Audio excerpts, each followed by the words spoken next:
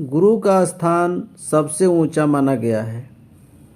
जो लोग इस बात का ध्यान नहीं रखते हैं वे कभी भी ज्ञान प्राप्त नहीं कर पाते हैं।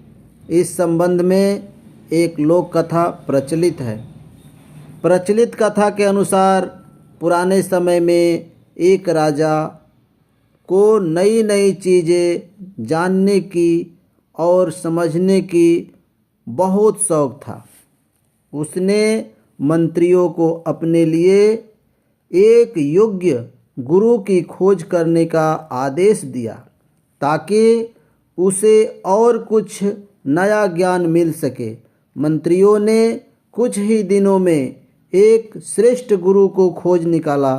राजा ने गुरु को प्रणाम किया और उससे पढ़ना शुरू कर दिया।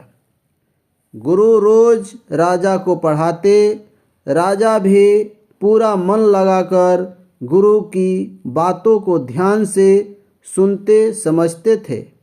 लंबे समय तक ऐसा ही चलता रहा, लेकिन राजा को कोई विशेष लाभ नहीं मिला। अब राजा परेशान रहने लगे। उसे समझ नहीं आ रहा था कि वह ज्ञान हासिल क्यों नहीं कर पा रहे हैं। गुरु की योग्यता पर सवाल उठाना सही नहीं था, क्योंकि वे काफ़ी विद्वान थे।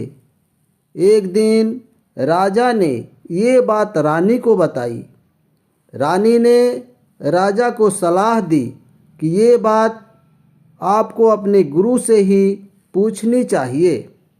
अगले दिन राजा ने गुरु से पूछा कि आप मुझे काफ़ी दिनों से शिक्षा दे रहे हैं, लेकिन मुझे लाभ नहीं मिल रहा है। कृपया मुझे बताइए ऐसा क्यों हो रहा है। गुरु ने कहा, राजन, इसका कारण बहुत ही सामान्य है। आप अपने अहंकार की वजह से ये छोटी सी बात समझ नहीं पा रहे हैं। आप बहुत बड़े राजा हैं, मुझसे हर स्थिति में आगे हैं। शक्ति, पद प्रतिष्ठा और धन संपत्ति हर मामले में आप मुझसे श्रेष्ठ हैं। आपका और मेरा रिश्ता गुरु और शिष्य का है। गुरु हमेशा ऊंचे स्थान पर ही बैठता है, लेकिन यहाँ आप राजा होने की वजह से अपने सिंहासन पर बैठते हैं और मैं गुरु होकर भी आपके नीचे बैठता हूँ। इसी वजह से आपको शिक्षा का लाभ नहीं मिल पा रहा है। जो हमें ज्ञान देता है वह हर स्थिति में सम्मानीय है और ऊंचे स्थान पर बैठने के योग्य है। राजा को गुरु की बातें समझ आ गई और उसे अपनी गलती का एहसास हो गया। अगले दिन से राजा ने गुरु को बैठने के लिए ऊंचा स्थान दिया और स्वयं नीचे स्थान पर बैठने लगा। इसके बाद उसे शिक्षा का लाभ मिलना शुरू हो गया।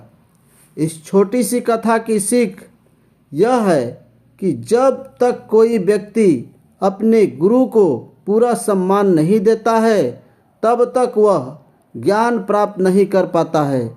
गुरु हर स्थिति में पूजनीय है। गुरु का स्थान सबसे ऊंचा माना जाता है।